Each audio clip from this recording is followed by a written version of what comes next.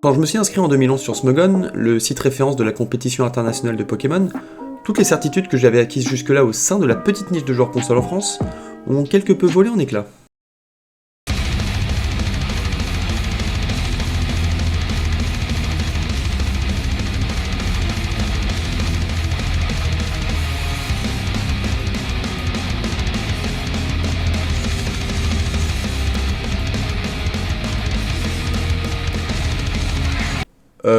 Voilà. Parce qu'en fait, à l'époque en France, si vous souhaitiez apprendre la stratégie Pokémon, fallait passer par Pokébip, qui pendant très longtemps a été la référence des joueurs français, sur lequel on pouvait faire des échanges, apprendre les bases du jeu, mais surtout, faire des combats en ligne.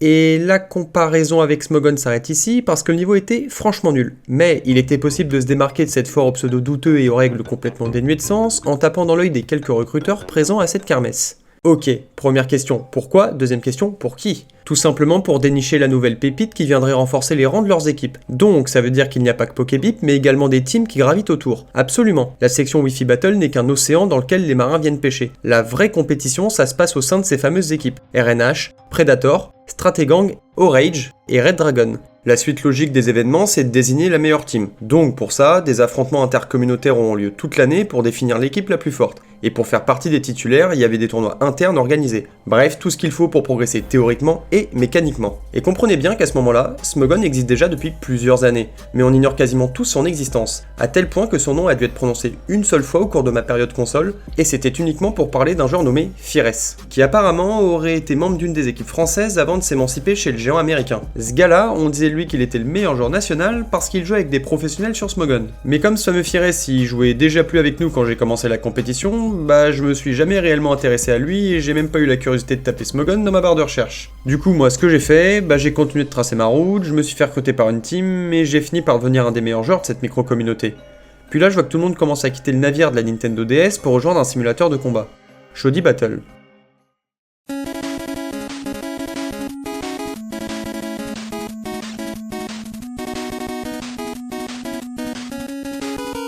Simulateur le plus populaire au monde et accessoirement la propriété de Smogon, Shoddy Battle va faire exploser la compétition Pokémon sur internet. Mais tout ça je l'ignore. Moi ce qui m'intéresse c'est les gars là-bas qui prétendent être les meilleurs joueurs en France. Alors comme je suis intrigué, j'installe le logiciel et je me connecte sur le serveur français French Time. Et là je vois une petite vingtaine de joueurs dont j'ai jamais vu le pseudo.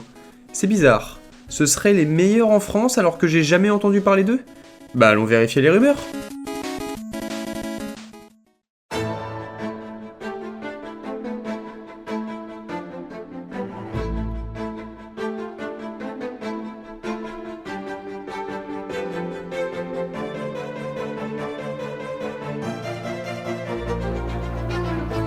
Bon, ok, les rumeurs disaient peut-être vrai. Mais comment ça se fait que j'ignorais leur existence jusque-là? Je veux en savoir plus. Du coup, je creuse un peu et je découvre que ce sont les membres de l'équipe de France de Pokémon. Tiens, première nouvelle, il y a une équipe de France sur Pokémon. Et alors, contrairement au parcours classique menant à Pokébip et ensuite au club, il semblerait qu'ils viennent plus ou moins tous de la communauté 386 FR de Pokémon France. Jamais entendu parler, mais après recherche, il s'agit d'un site majeur autour de la 3ème génération. Mais comment ils sont devenus aussi forts? Eh bien c'est grâce à leur leader. Qui est leur leader? Fires. Il leur a fait découvrir Smogon et son simulateur de l'époque Net Battle pendant la 3ème génération. C'est là qu'ils ont réellement progressé. Puis après ils ont rejoint Shoddy Battle pour la 4ème génération. Tout de suite, j'ai beaucoup plus envie de m'intéresser à l'insaisissable Fires. Mais malheureusement, il a pris sa retraite il y a peu. Bon, très bien, mais eux, qu'est-ce qu'ils foutent ici? Eh bien ils s'entraînent pour espérer un jour gagner ce qu'il y a de plus prestigieux sur la scène compétitive, le Graal pour n'importe quel joueur Pokémon, les tournois majeurs sur Smogon.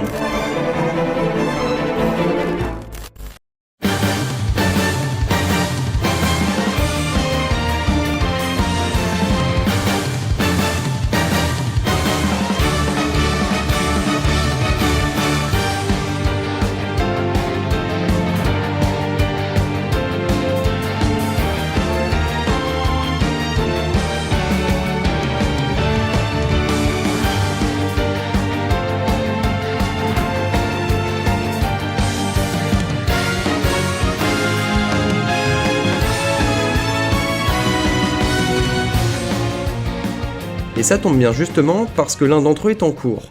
Il s'agit du Smogon Tour, qui est tout simplement le tournoi le plus prestigieux sur Smogon et le restera pendant presque 10 ans. Ce tournoi est divisé en 2 parties. Une phase qualificative où tous les week-ends pendant 9 semaines, vous allez essayer de gagner le plus de points possible en participant à des live tours. Et une deuxième phase à laquelle seuls les 16 meilleurs joueurs de la saison régulière ont accès.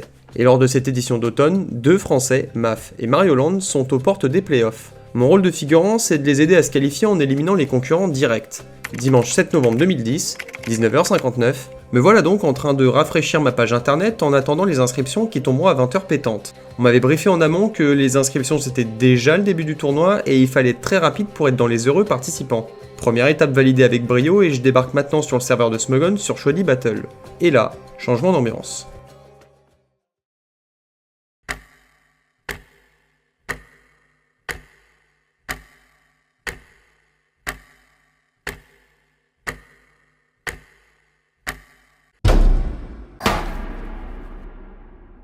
Eh bien c'est parti!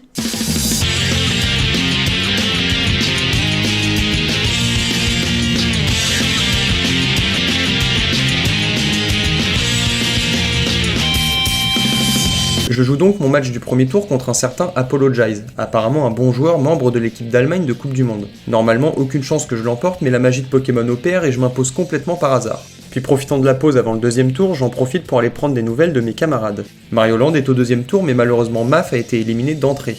Puis je gagne mon deuxième match contre un français de l'époque console nommé Link qui était considéré comme le meilleur joueur français. Enfin jusqu'à ce que Link réfute ce titre en nous expliquant que c'est Fires le meilleur joueur français. Petit clin d'œil du destin. Et finalement mon parcours s'arrête au troisième tour contre Pride. Mais tout ça est bien anecdotique parce que Mario Land a perdu au round précédent. L'opération comptable du soir est donc très mauvaise pour nos 2 prétendants français à la qualification. Bon, par curiosité, je décide tout de même de regarder le reste du tournoi. Et je devais être très inspiré ce soir-là parce que j'assiste à des matchs de très haut niveau avec une super ambiance. Ladybug s'impose en finale contre Dipsot et Speed Joel, 3 grosses pointures de l'époque qui iront en phase finale. Et à ce propos, est-ce que Mario Land et Maf ont réussi à se qualifier ? Malheureusement, le premier a échoué à la dernière marche en terminant à la cruelle 17ème place. Mais le second a lui réussi à se faufiler avec brio jusqu'en play-off. Voilà donc une bonne raison de continuer à regarder ce fameux Smogon Tour. Et malgré l'élimination précoce de Maf, je regarde tout le reste du tournoi jusqu'à son dénouement dramatique qui oppose le favori Bluewind contre Delta 27-77.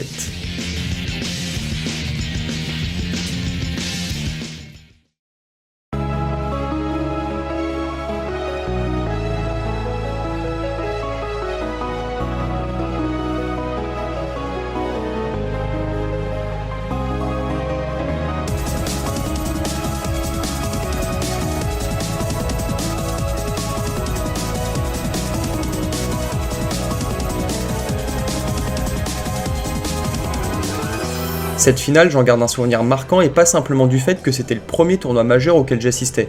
Au-delà du scénario terrible avec en prime une déconnexion en plein milieu du match décisif, du niveau de jeu très élevé et de l'ambiance unique, j'ai surtout été frappé par la détresse de Bluewind qui tranchait radicalement avec la joie de Delta. Vous allez me dire, bah c'est logique mec, il vient de perdre en finale, tu t'attendais à quoi ? Ouais, je suis d'accord, mais c'était pas la simple déception d'une défaite sur un jeu vidéo. J'ai eu l'impression que Bluewind avait perdu beaucoup plus que ça. Mais j'étais pas encore capable de dire ce que c'était. Et comme personne ne semble surpris par ce qui me semblait être à l'époque une réaction excessive, je m'en vais guetter les réactions des uns et des autres sur le topic de la finale pour mieux comprendre. Parmi les messages de félicitations qui sont succédés, un post m'a fait tiquer. Joli trophée, Delta. Je me dis que Smogon doit peut-être lui envoyer une petite coupe par la poche, j'en sais rien, moi après tout pourquoi pas. Mais ça n'explique toujours pas une telle effervescence autour d'un simple tournoi Pokémon. Donc c'est forcément l'argent. Mais aucune mention d'un quelconque cash price. Alors je retourne lire le message de Delta pour voir si j'avais pas loupé un truc. Et effectivement, il y a quelque chose de différent par rapport à la dernière fois. Mais ça se trouve pas dans son post, simplement sous son profil. Le voilà le fameux trophée qui est cette récompense tant convoitée. Parce que sans elle, la victoire de Delta elle est oubliée d'ici 6 mois à 1 an en réalité. Donc si les joueurs de Smogon s'acharnent autant pour décrocher un titre majeur, c'est qu'ils savent que leur victoire sera impérissable et visible de tous à chaque instant, grâce à ce trophée pixelisé au prestige et à la valeur inestimable qui allait graver leur nom pour toujours dans l'histoire de la compétition Pokémon, et qui allait changer drastiquement leur statut au sein de la société virtuelle Smogonite. Pour que dans 10 ans, n'importe quel membre qui tomberait par hasard sur le profil ou un post de Delta puisse voir que ce mec a été un jour champion du monde. Et là j'ai compris.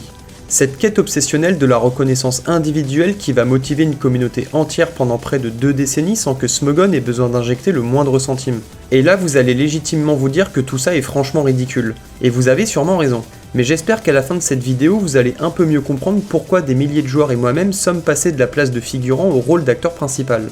Et pourquoi pas même vous donner envie d'y participer. Parce qu'aujourd'hui, la gloire et le prestige incarnés par ce ridicule amas de pixels sont ce qu'il y a de plus proche de concrétiser enfin le slogan originel de la licence, devenir un jour le meilleur dresseur.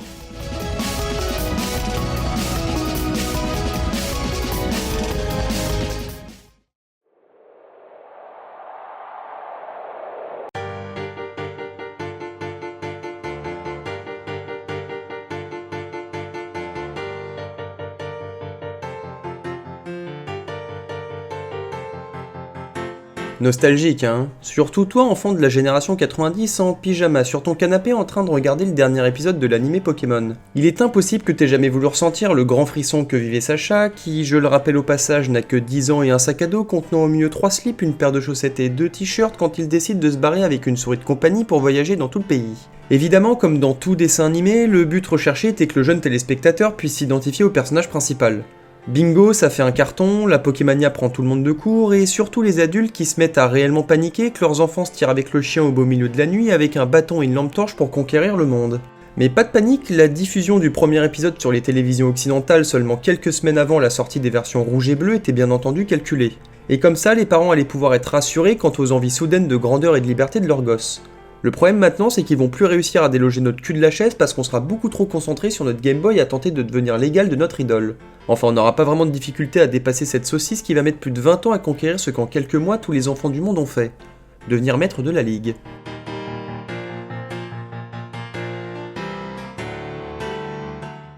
Bon, très bien, c'est super tout ça, mais on fait quoi ensuite?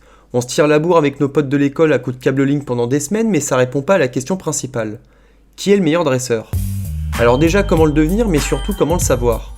On est en 2000 et Nintendo va tenter d'apporter un premier élément de réponse en organisant les premiers championnats du monde. Enfin, pas tout à fait, puisque les joueurs asiatiques ne seront pas conviés à la fête étant donné qu'ils ont déjà leur propre circuit compétitif depuis 3 ans et qu'ils ont également basculé depuis peu sur Or et Argent, la deuxième génération de Pokémon. Donc d'emblée, on sait que le vainqueur ne pourra pas réellement être considéré comme le meilleur dresseur. Mais c'est pas si grave parce que ça a permis de mettre la lumière sur l'aspect stratégique du jeu dans le reste du monde. Alors sur le papier, le tournoi a vraiment de la gueule. Vous avez une phase qualificative qui va se dérouler dans 8 pays différents et chaque vainqueur gagnera le droit de participer à la phase finale à Sydney en Australie lors des Jeux Olympiques 2000. Plutôt séduisant, non? Le truc, c'est qu'il va y avoir un monde entre la théorie et la pratique. En réalité, l'organisation générale de l'événement est une catastrophe. Déjà, pour commencer, il y a une absence d'homogénéité des règles selon les pays. Exemple le plus notable, la présence de Mewtwo dans le tournoi espagnol qui s'est déroulé à Madrid. Et ce qui est marrant dans tout ça, c'est qu'il y a eu un championnat d'Europe entre certains finalistes, que le joueur français a remporté d'ailleurs, mais qui n'avait aucune incidence sur la participation à la phase finale. Alors on va partir du principe que le finaliste espagnol, qui, petite anecdote, est devenu par la suite un youtubeur League of Legends relativement populaire sous le pseudo de Necro, s'est qualifié sans utiliser Mewtwo. Mais dans le cas contraire, la poker face des joueurs et des organisateurs aurait été légendaire si, lors du premier match, un petit Mewtwo avait fait une apparition sur l'écran. Bref, passons, à ma connaissance, aucun Mewtwo n'a été joué et le tournoi s'est déroulé sans trop d'encombre. Par contre, c'est ce qui vient après qui est complètement loufoque. Nintendo allait confisquer chacune des cartouches des finalistes pour geler leurs équipes et empêcher une quelconque modification. Donc vous l'aurez compris, les équipes utilisées lors des phases qualificatives allaient être celles utilisées lors de la phase finale en Australie. Déjà, ça sent le sapin cette histoire. Dans quel monde tu viens réquisitionner la cartouche des gamins qui voudraient peut-être continuer à jouer à leur jeu préféré pendant leur temps libre? Mais au-delà de ça, mis à part le joueur australien et le joueur américain, qui, nouvelle anecdote, deviendra un joueur important de l'ère Pressmogon sous le pseudo Eevee Trainer. Les 6 autres finalistes européens se sont déjà affrontés avec ces équipes lors de ce fameux championnat d'Europe qui ne servait à rien. Donc d'office, tu crées un déséquilibre entre les joueurs européens qui se connaissent et qui ont eu des informations les uns sur les autres et les joueurs non européens qui n'ont pas eu cette chance. Mais heureusement, comme l'organisation est un désastre absolu, en fait les équipes ne sont pas vraiment gelées. Contrairement au tournoi de qualification où tu devais enregistrer 6 Pokémon puis en choisir 3 lors du match, cette fois lors de la phase finale, chaque joueur a le droit d'avoir 12 Pokémon parmi lesquels ils peuvent en prendre 3. Donc ok, cool finalement, il y aura de l'inconnu entre les joueurs européens. Attendez, là encore l'organisation s'est surpassée, et aux dépens de notre pauvre François en plus. De son propre témoignage que vous pouvez retrouver sur la chaîne de Trans, l'événement était une gigantesque farce. Forcément, ce qui devait arriver s'est produit, et Nintendo a paumé sa cartouche avec à l'intérieur les Pokémon qui formaient son équipe pour la phase finale. Du coup, il a dû refaire une partie et reconstruire toute son équipe. Déjà, ça c'est bien chiant. Mais pour couronner le tout, il n'a pas été mis au courant qu'il pouvait inscrire non pas 6 mais 12 Pokémon. Donc il part avec un handicap très net face aux autres. Mais sachez que ce n'est pas la plus grosse absurdité de ces championnats du monde. Par tour, les joueurs avaient uniquement 10 pauvres secondes pour cliquer sur leur attaque sous peine d'être tout bonnement disqualifiés. Et comme un malheur n'arrive jamais seul, François en a été victime pour une poignée de centièmes qui dépendait de la faculté de l'arbitre à stopper le chronomètre au moment où tu choisis ton attaque et non un peu après. Évidemment, un temps maximal par match était prévu et le joueur ayant le plus de PV restant était désigné vainqueur. Et là encore, ça pose problème. Si les deux joueurs n'avaient plus qu'un Pokémon chacun et que l'un avait une base de PV plus élevée que l'autre, peu importe le pourcentage restant, et ben celui avec la statistique la plus haute était fortement favorisé. Par exemple le Vénard, qui a la base de PV la plus élevée du jeu, et bien même s'il ne lui reste que 45% de ses PV restants, il aura toujours plus de vie qu'un Alakazam à 100% et sera donc considéré vainqueur. Au bout de la confusion, c'est le joueur britannique qui raflera la mise. Et au sein de la communauté encore très balbutiante de la compétition Pokémon, on sait très bien que ce trophée n'a aucune valeur. Du coup on rentre tous chez nous et on se remet à affronter la ligue indéfiniment ? En fait pas vraiment. Depuis déjà plusieurs mois, les joueurs occidentaux s'affrontent sur un bot qui est censé reproduire fidèlement les mécaniques du jeu en traduisant des commandes simples par des lignes de texte. Bon, je dis censé parce qu'on apprendra plus tard que tout n'était pas parfait, mais c'est pas si important que ça en réalité. Non, nous ce qui nous intéresse c'est de voir que les joueurs avaient rapidement compris que la compétition sur cartouche c'était presque impossible. Mais surtout ils avaient naturellement défini le solo 6v6 comme format principal. Après tout, difficile de leur en vouloir vu que le jeu de base est clairement centré autour d'affrontements en 6v6. Et c'est certainement pas le fiasco des championnats du monde qui allait convaincre les joueurs d'opter pour le 3v3. Mais maintenant il y a deux problèmes majeurs. Premièrement, il faudra pas compter sur Nintendo pour organiser des tournois crédibles. De toute façon, ils vont plus ou moins cesser d'en faire jusqu'à la création du VGC en 2008. Et deuxièmement, s'affronter via un bot risque de poser problème sur le long terme. Du coup, je pense que c'est le bon moment pour vous présenter Toby Martin, alias Wintermute.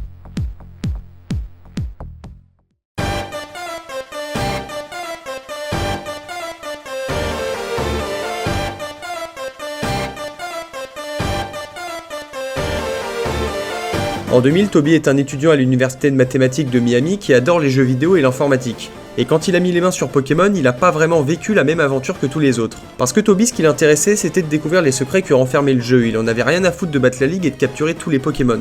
Dans lui, ce qu'il voulait, c'était comprendre le fonctionnement technique de ce qu'il tenait entre ses mains. Alors qu'est-ce qu'il a fait ? Eh bien, il a exploré le code source du jeu à l'aide d'un logiciel de triche appelé GameShark, et des découvertes, il en a fait un paquet. Mais il va pas s'arrêter là. En voyant les limites évidentes de combattre via un bot, Wintermute a une idée de génie. Lire des lignes de texte et taper manuellement une commande à chaque tour, ça le gonfle. Et si lui ça le saoule, alors forcément ça va finir par être le cas de toute la communauté. Donc le mec il va coder en l'espace de quelques semaines le tout premier simulateur de combat. Porygon's Big Show. Pokémon vient de basculer définitivement vers une professionnalisation et Toby Martin en est le principal responsable, mais il n'est pas encore totalement satisfait. Les joueurs sont trop dispatchés à son goût et il comprend très bien que sans un forum principal, le développement de la communauté sera quasiment impossible. Alors il crée Azure Heights dans l'espoir de rassembler tous les joueurs et de pouvoir enfin lancer les premières compétitions qui viendront couronner le meilleur dresseur. Est-ce que ça a marché ? Oui et non. Azure Heights sera bien le QG de la stratégie Pokémon pendant 4 ans, mais d'autres forums vont rentrer en concurrence avec. GameFAQs, Pokédaily, UPN ou encore RP Gamer n'entendent pas laisser le monopole à Wintermute. Du coup, cette rivalité intercommunautaire deviendra la raison principale des tournois qui vont avoir lieu sur cette période. Sneakville, qui est le forum spécialement dédié aux événements majeurs, va en organiser 3 avec à chaque fois l'objectif de définir la meilleure communauté. On n'en est pas encore aux compétitions ultra prestigieuses de Smogon avec à la clé une récompense pixelisée et un statut de légende du jeu, mais ces 3 tournois sont les premiers vrais championnats du monde avec une crédibilité et un statut que personne ne remettra en cause. Le SNIC, le SMPT et le CLST incarnent les vestiges du Smogon Tour, de l'OST ou encore de la SPL et resteront éternellement les tentatives initiales de réponse à notre fameuse question. Eevee Trainer, dont je vous parlais en début de vidéo, Ast2 et Nitro seront les premières personnes à se positionner pour le titre de meilleur joueur du monde. Et tout ça je le sais parce que les administrateurs de Sneakville ont eu la merveilleuse idée d'archiver les résultats et de décerner des awards aux participants ayant eu les meilleures performances. Donc au final, Azure Heights a bel et bien été le forum dominant sur cette période, mais il n'a ni rassemblé tous les joueurs ni géré l'organisation des tournois. En revanche, ce qu'il a clairement fait, c'est de bâtir les fondations du futur de la compétition Pokémon. Alors merci pour tout, Wintermute.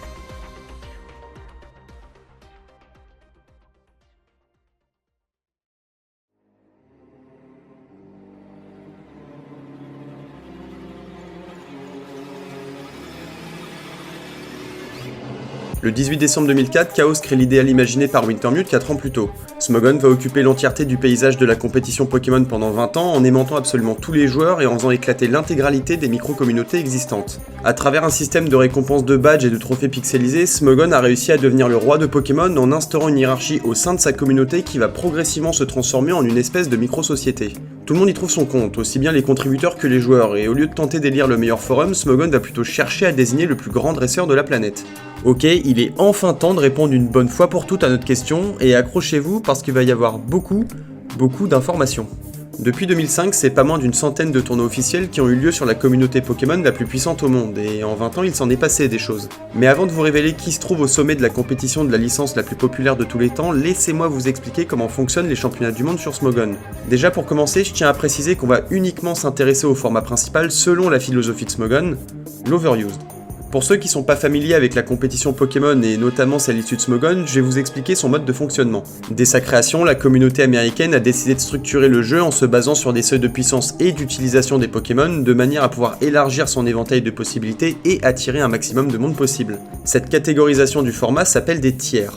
Il existe aujourd'hui 7 catégories officielles différentes qui sont toutes séparées par une limite chiffrée d'utilisation trimestrielle sur le ladder et par une banlist. Seul l'Uber n'est pas concerné puisqu'il est par définition le format où absolument tout est autorisé, même les bestioles les plus absurdes. L'Overused porte le nom de main tier tandis que les autres sont appelés des low tiers, et donc l'Overused est depuis le premier jour, et ce même avant la création de Smogon, le tiers principal et de fait le plus populaire du solo 6v6. C'est finalement assez logique à comprendre pourquoi, l'Overused est par essence le format le plus équilibré du jeu puisqu'il ne dépend aucunement des taux d'utilisation des uns et des autres. Tous les Pokémon peuvent être joués de manière légale, sauf ceux considérés comme incompatibles avec une quelconque notion de compétition. Et c'est pour ça que le main tier a attiré et séduit des centaines de milliers de joueurs. Alors du coup, de manière extrêmement logique, Smogon va organiser ses tournois les plus prestigieux en Overused, ne laissant que des miettes aux low tiers. Et même s'ils vont quand même avoir leur petite part du gâteau, la définition du GOAT n'en sera absolument pas affectée. Et vous allez très vite comprendre pourquoi. Smogon possède deux types de compétitions, des tournois dits officiels et des tournois dits non officiels. La différence est très simple, le prestige matérialisé par le trophée offert en récompense aux vainqueurs pour chaque tournoi officiel. Mais il n'y a pas que ça en réalité. Les majors possèdent aussi des formats uniques et certaines spécificités qui leur sont propres. À ce jour, 10 compétitions à trophée existent, dont 7 tournois individuels et 3 tournois par équipe. On peut d'office retirer 3 individuels pour 2 raisons, le Grand Slam et l'OSDT qui couronnent respectivement le meilleur joueur low tiers et le meilleur joueur double, ainsi que le Masters qui, bien qu'il représente 3 générations en Overused, vient tout récemment d'être créé et n'en est qu'à sa première édition à l'heure où cette vidéo sort. Ensuite, il y a les 3 tournois par équipe dont le prestige est indiscutable, notamment celui de la Smogon Premier League qui est depuis plusieurs années l'événement le plus populaire sur Smogon. Mais il y a quand même une vérité qui elle aussi est indiscutable, tu peux gagner le trophée en perdant tous tes matchs durant le tournoi, tu peux même le gagner en cirant le banc ou en étant manager. Alors on va plutôt se servir des performances en team tour pour départager les étoiles entre elles. Ça nous laisse donc plus que 4 tournois majeurs. L'Official Smogon Tournament, le Smogon Tour, le Smogon Classic et l'Official Ladder Tournament. 4 noms, 4 trophées, 4 formats uniques venant récompenser des caractéristiques spécifiques. Voilà ce qu'on peut finalement appeler les 4 tournois du Grand Chelem de Pokémon. Et ce seront spécifiquement les performances dans ces événements-là qui vont servir de critère numéro 1 pour élire le plus grand joueur de la planète. Et au-delà du nombre très élevé de joueurs inscrits, qui en fait naturellement les plus grands tournois au monde, je vais vous expliquer pourquoi leur format si unique les rend si prestigieux mais aussi si difficiles à gagner, et donc ne peuvent laisser aucune place au doute quant à la personne qui se trouve au sommet du jeu. Ok, en ouverture de la saison, on a le major le plus historique du site, l'Official Smogon Tournament, qu'on va appeler OST. C'est le tout premier tournoi qui a été créé sur Smogon et son but était de célébrer la naissance du forum en désignant le meilleur joueur du monde via le plus grand événement Pokémon jamais organisé. Mais l'idée principale restait quand même d'attirer un maximum de nouveaux joueurs et donc pas question d'avoir un format ultra complexe qui allait en repousser plus d'un. Du coup, la simplicité de l'OST n'a d'égal que la difficulté à le gagner. C'est un tournoi dans la génération la plus récente de la licence, en BO3, en élimination directe, et il est non seedé. Ce qui signifie qu'à chaque ronde, c'est un nouveau tirage aléatoire où chacun peut affronter n'importe qui. Vous comprenez à saisir pourquoi l'OST est terriblement difficile à gagner? Dans un jeu déjà très fourni en RNG, votre parcours jusqu'à la finale est également de la pure chance. Vous pouvez tout aussi bien traverser le tableau en n'affrontant aucun cador comme vous pouvez affronter un des favoris à chaque tour. Et donc oui, les 2 meilleurs joueurs du monde peuvent s'affronter dès le premier tour.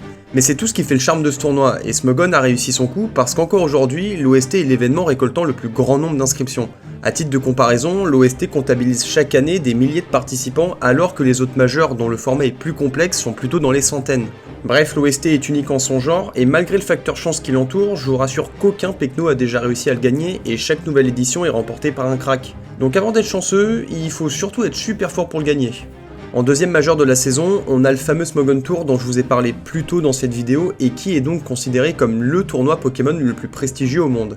Alors déjà, pourquoi ce statut? Eh bien, outre son format très apprécié par la communauté, le Smogon Tour est seulement 1 an plus jeune que l'OST, et donc il a rapidement été mis en concurrence avec. Déjà, contrairement à l'OST, le Smogon Tour ne met pas la génération la plus récente en avant, mais les 3 générations les plus récentes du jeu, ce qui va fortement contribuer au prestige du tournoi et le rendre si difficile à gagner. Parce que pour ceux qui savent pas, chaque génération de Pokémon est très différente mécaniquement parlant. C'est pratiquement des jeux qui n'ont rien à voir entre eux et donc maîtriser plusieurs générations nécessite des connaissances théoriques et mécaniques extrêmement élevées.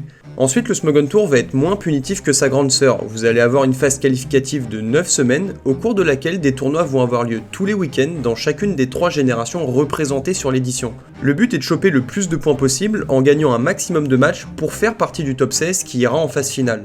A partir de là, le tournoi retourne dans un format plus classique d'élimination directe en BO3 avec un match dans chacune des 3 générations. Et pour vous dire à quel point le Smogon Tour est le tournoi le plus prestigieux, mais surtout le plus populaire, c'est le seul majeur qui était organisé 2 fois par an avec une saison de printemps et une saison d'automne. Mais je parle au passé parce que justement la saison d'automne vient tout juste d'être remplacée par le Smogon Masters qui est donc le tout nouveau majeur créé. Et c'est plutôt une bonne chose pour le Smogon Tour qui par sa rareté annuelle deviendra encore plus prestigieux. Major numéro 3, le Smogon classique. Changement de décor, on quitte l'univers des Férigènes pour faire un bond de 20 ans en arrière et retourner dans les premières générations de la licence, les 5 premières pour être plus précis, de la version rouge à la version noire. Et autant la différence entre les Férigènes n'est pas si marquée que ça, même si attention, il y a des spécificités mécaniques qui sont propres à chaque jeu et un match en 6G n'a absolument rien à voir avec un match en objet. Mais entre les générations 1 à 5, c'est vraiment des jeux diamétralement opposés dans quasiment tous les aspects. Et c'est ce qui rend le Smogon classique presque impossible à gagner, c'est le tournoi le plus technique au monde. Alors comment il fonctionne ?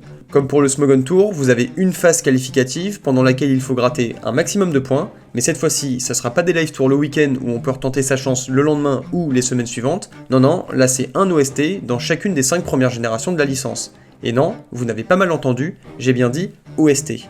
Donc ouais, le Smogon classique c'est un gros majeur qui comprend 5 mini-majeurs. Et pendant votre parcours, vous allez éventuellement avoir la chance, ou la malchance, c'est selon, de tomber sur des experts de la génération concernée. Parce que oui, il y a des joueurs qui sont experts que d'une seule génération et qui ne visent absolument pas la victoire finale, mais qui par contre sont beaucoup plus intéressés de gagner l'espèce d'OST de leur version fétiche, et qui donc voilà une opportunité d'être couronnés du titre de meilleur joueur de leur génération. Et si vous avez réussi à vous qualifier brillamment jusqu'en playoff, vous devez maintenant gagner contre 4 adversaires de suite dans un BO5, avec donc un match dans chacune des 5 premières versions du jeu. Gagner le classique, c'est pas être le meilleur dans chaque génération, mais avoir le niveau moyen le plus élevé dans chacune d'entre elles. Et ça, c'est terriblement dur. Et pour finir, on a l'Official Ladder Tournament, simplement appelé OLT. Est-ce qu'on a gardé le meilleur pour la fin ? Bah carrément, parce que l'OLT est une masterclass de tournoi, et je pense que c'est aujourd'hui le meilleur événement compétitif Pokémon au monde, en plus d'être le plus difficile à gagner. Alors pourquoi je suis aussi élogieux envers le 4ème majeur de la saison ? Parce que le ladder. C'est trop! Enfin, je dis ça mec, hein, mais après on sait jamais, hein. Je vais défoncer l'écran! C'est pas possible! Mais c'est pas possible! Mais connard! Non, quoi? C'est pas une queue qu'il a, c'est un anaconda! Je déteste le ladder. Cette espèce de foire à la saucisse où apparemment la méthode la plus efficace pour gagner est semble-t-il de débrancher ton cerveau, moi ça m'a toujours effrayé. J'ai vraiment un profond respect pour les fous furieux qui ont plus de 90% de win rate sur le ladder et qui peuvent faire top 1 la main dans le slip, parce que moi personnellement j'en suis incapable. Et si par hasard il y a des agents du chaos qui regardent cette vidéo, bah je tenais à vous dire que sincèrement les gars, vous me fascinez, je sais pas comment vous faites. Je l'explique pas, c'est une énigme que j'arrive pas à résoudre, c'est simplement beaucoup trop obscur pour moi. Et après des années de frustration, j'ai fini par accepter que vous êtes juste une espèce à part. Voilà. Bref, en toute logique, l'OLT se déroule donc sur le ladder, mais pas que.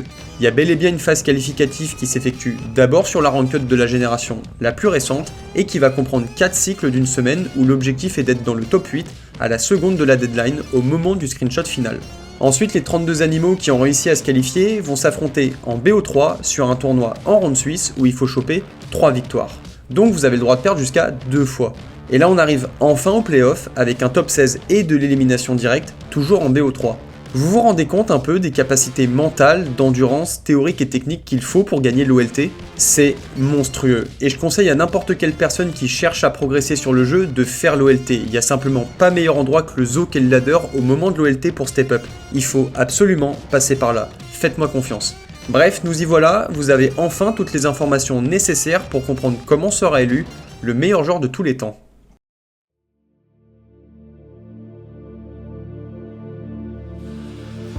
Ok, reprenons notre souffle en commençant les choses très simplement. Combien de joueurs ont gagné un des 4 majeurs ? La réponse est 52. Bon, c'est déjà plutôt pas mal, ça réduit quand même considérablement le nombre de joueurs, parce qu'il faut quand même se souvenir qu'à la base, on part de centaines de milliers. Mais ça reste pas suffisant. Alors passons à l'étage supérieur. Combien de joueurs en ont gagné 2 ? Cette fois, la réponse est 13. Et là, ça devient beaucoup plus intéressant. Mais est-ce qu'on pourrait pas encore grimper d'une marche et envisager que des types aient été assez fous pour choper 3 trophées ? Effectivement, on peut. Et là, le chiffre tombe à 3.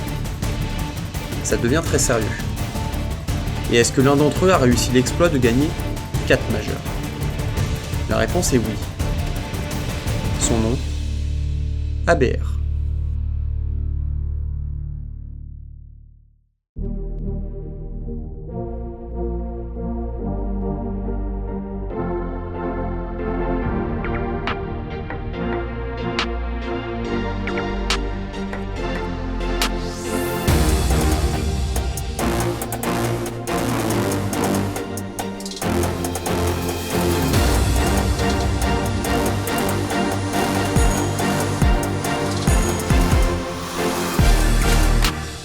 Un OST, 2 Smogon Tour, 1 Smogon classique et accessoirement 2 Coupes du Monde et 2 SPL, ABR semble avoir mis fin au débat de manière assez définitive depuis sa dernière victoire en 2021. Et même si Empo et Solwyn, ses 2 concurrents les plus proches avec 3 majeurs, semblent déterminés à le rattraper, ABR est aujourd'hui le plus grand joueur de tous les temps et de manière incontestable. Et ce n'est pas simplement parce qu'il a gagné le plus de tournois, mais parce qu'il a réussi à le faire sur un panel de générations si large que battre ABR aujourd'hui dans un BO9 avec un match dans chacune des générations existantes au moment d'écrire cette vidéo est sûrement le challenge le plus dur qu'il puisse être donné à n'importe quel joueur Pokémon. Et ce n'est pas son désintérêt total de la 9ème génération qui devrait trop l'handicaper. Pourtant ABR est un joueur issu de la génération 6, c'est-à-dire les opus XY sortis en 2013, et donc pas du tout familier avec les générations du classique. C'est un pur produit des Ferrygènes, et malgré ce retard théorique et mécanique, et bien une fois sa première couronne obtenue lors de l'OST en 2017, il lui aura fallu que 2 ans pour mettre la main sur les Old Gen. Alors je sais qu'entre 2017 et 2021 ça fait 4 ans, mais ABR est resté concentré sur les Ferrygènes encore quelques années pour aller arracher 2 Smogon Tour et s'imposer comme le meilleur joueur Ferrygène de tous les temps, avant de basculer vers le territoire des vétérans et étendre sa domination. Malgré toutes les prouesses accomplies par ABR, les chiffres incontestables et la façon assez dithyrambique dont je vous parle de lui, est-ce que ABR est le plus grand joueur de tous les temps ? Factuellement oui, c'est indéniable, et je pense qu'aujourd'hui ça devient difficile de dire le contraire. Mais parce qu'il y a un mais. Parce qu'il subsistera toujours une part de subjectivité lorsqu'on désigne le meilleur joueur de tous les temps d'un jeu ou d'un sport. Et surtout l'écart entre ABR et les 6 autres joueurs dont je m'apprête à vous parler et qui composent ce que je vais dorénavant appeler le Big 7 est très, très fin.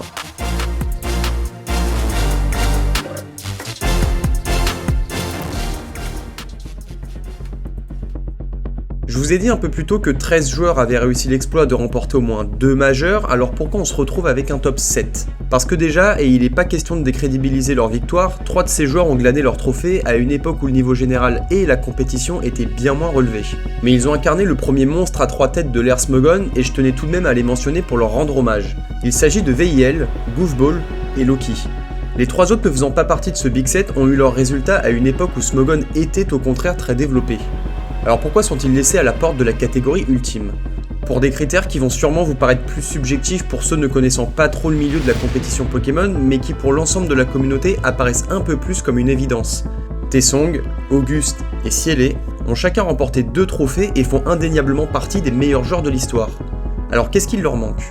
Une période de domination plus importante pour Auguste et Cielé, une longévité nettement supérieure pour T-Song et une impression générale laissée un poil moins marquant globalement.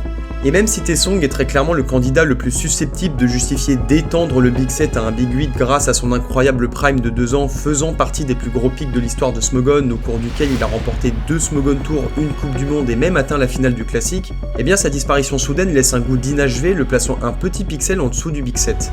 Maintenant comprenez bien, pour que des types aussi extraordinaires que T-Song, Lavos ou encore Bengay ne fassent pas partie de cette catégorie, c'est que les monstres que je m'apprête à vous présenter sont à ce jour de manière indiscutable les plus grands joueurs que ce jeu n'ait jamais connus. Que ce soit d'un point de vue mécanique, de la longévité, du niveau exceptionnel atteint dans les différentes générations, des performances obtenues pendant des années, de leur influence sur les différents metagames auxquels ils ont apporté leur signature, de leur charisme et surtout de leur immense talent, ces joueurs-là ont accompli bien plus que n'importe qui sur ce jeu. Alors qui compose ce fameux Big 7 ?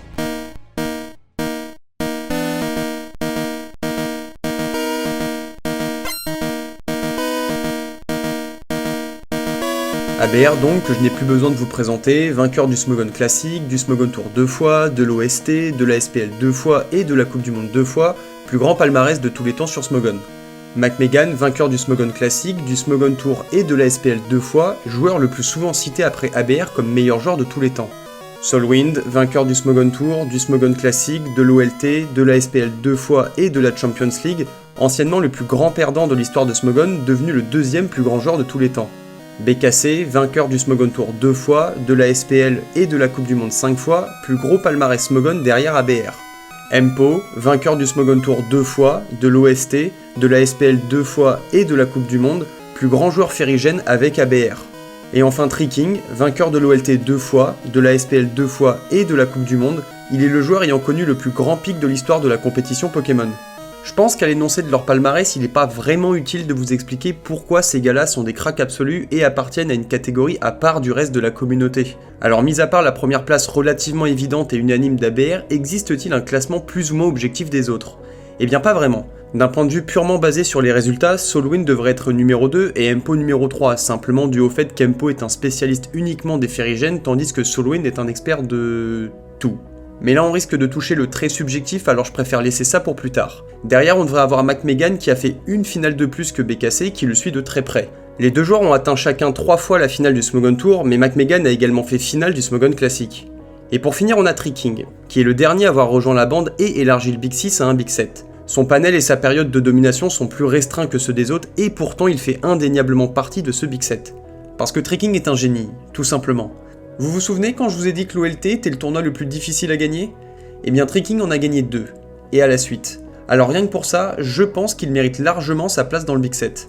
Et ça c'est donc le classement qu'on obtient si on se base uniquement sur les chiffres. Mais est-ce que tout ça importe finalement? Est-ce qu'on ne devrait pas tout simplement se réjouir d'avoir pu assister aux différentes carrières de ces joueurs fabuleux qui ont porté et illuminé la scène compétitive de Pokémon par leur classe pendant plus de 10 ans, chacun avec son propre style? Et si vous tenez tant que ça à les classer objectivement, sachez que je serais très heureux de vous raconter leur histoire individuelle en vous partageant leurs exploits à travers d'autres vidéos, de manière à ce que ceux n'ayant pas eu la chance d'assister à la plus grande rivalité de l'histoire de la compétition Pokémon puissent découvrir cette décennie d'affrontements légendaires. Parce que la scène compétitive de Pokémon reste encore bien trop méconnue à mon goût, alors qu'elle regorge d'histoires passionnantes qui pourraient inspirer des gamins qui ne savent peut-être même pas qu'il y a de la compétition sur le jeu. Et en effet, ça sent le vécu.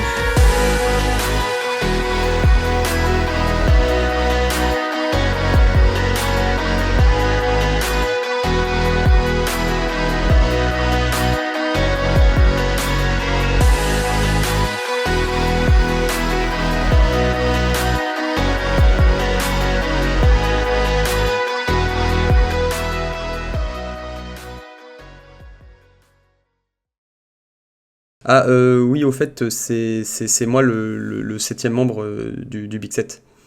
Voilà. Tchuss!